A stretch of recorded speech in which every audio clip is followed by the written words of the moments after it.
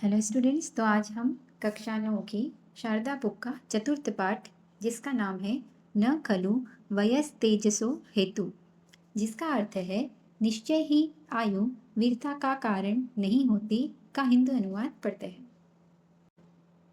हमने भारत देश की स्वतंत्रता की आज़ादी का अमृत महोत्सव वर्ष मनाया है। क्या हम जानते हैं कि देश को आज़ादी प्रदान करने के लिए कितने ज्ञात और अज्ञात क्रांतिकारी वीरों ने स्वतंत्रता के यज्ञ में अपने परिवार और अपने जीवन को आहुति के रूप में समर्पित कर दिया? हे छात्रों, वे सभी क्रांतिकारी वीर हमारी कृतज्ञ भावना के साथ साथ रोज वंदना करने योग्य हैं। उन्हीं देशभक्तों में खुदीराम बोस एक तेजस्वी क्रांतिकारी बालक शहीद हैं।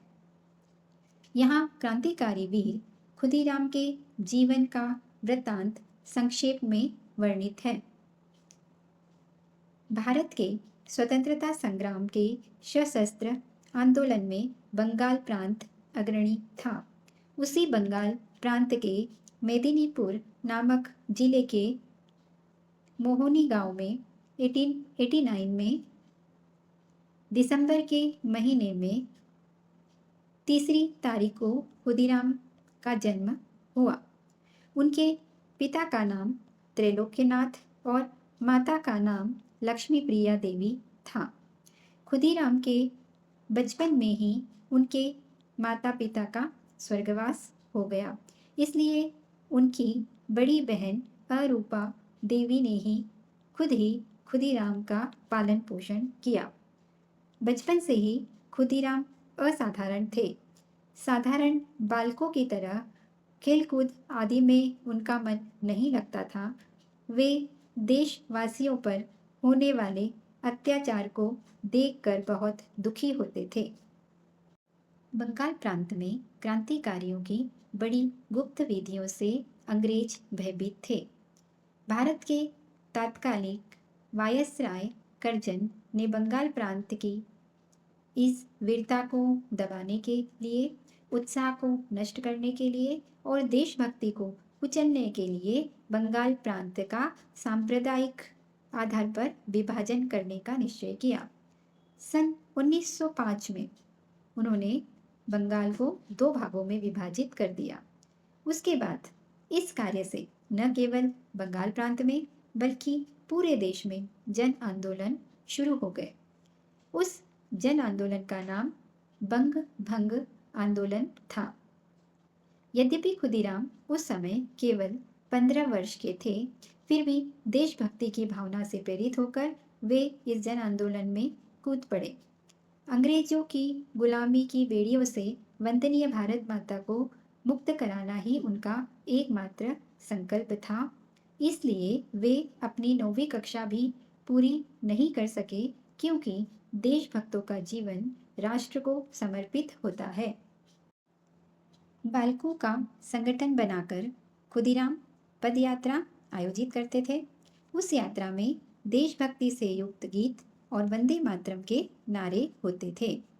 वे पद यात्रा के माध्यम से जन जागरूकता से संबंधित पर्चे लोगों में बांटते थे।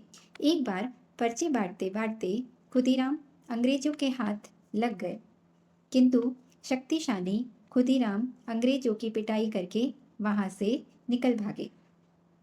बंगाल प्रांत में क्रांतिकारियों द्वारा संचालित बहुत सी गुप्त समितियां अंग्रेजों के मन में आतंक पैदा करती थी।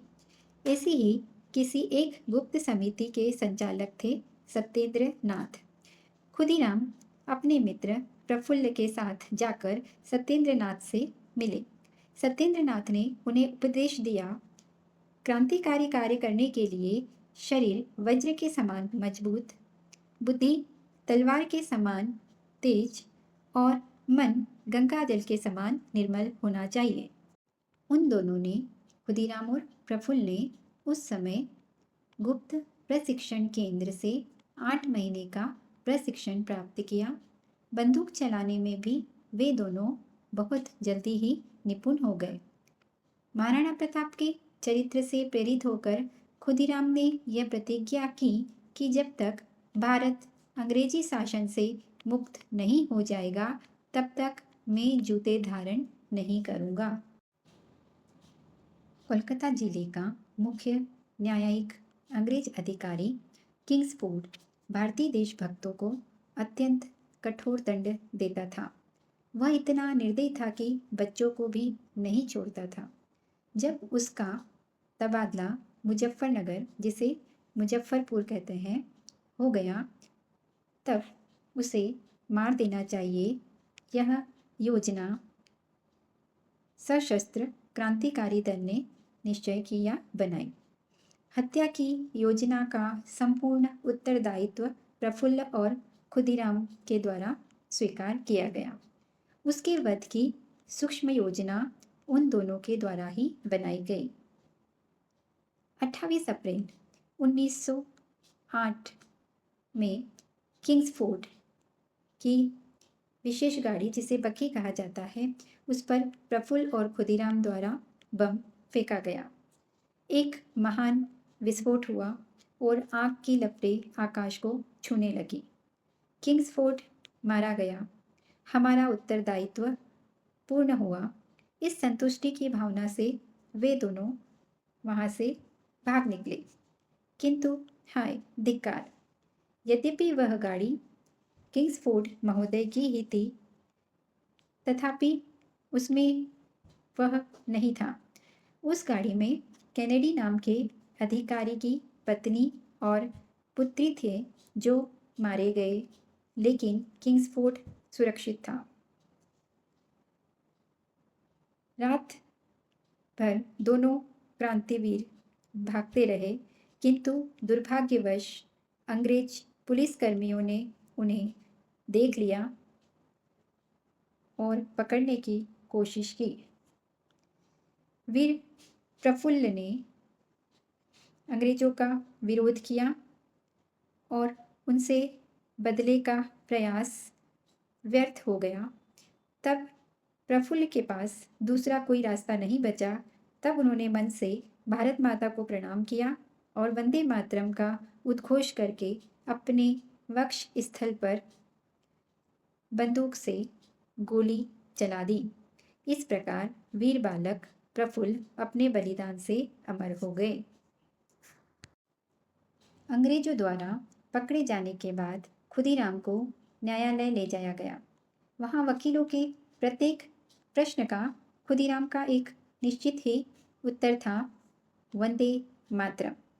न्यायाधीश ने निर्दयतापूर्वक बालक खुदीराम को मृत्युदंड सुनाया। देशभक्त खुदीराम के चेहरे पर न तो भय था न दुख था, बल्कि उनके चेहरे पर प्रसन्नता, शांति, संतोष और तेज था। यह देखकर न्यायाधीश और अंग्रेज अधिकारी भी हैरान रह गए। 1908 वर्ष के अगस्त महीने की 11 तारीख को बहुत ही कम उम्र में देश की आज़ादी के लिए खुदीराम शहीद हो गए। अपनी प्रिय भारत माता के दर्शन की इच्छा के साथ वे हंसते हुए वंदे मातरम का जाप करते हुए आनंद के साथ स्वर्ग सिधार गए।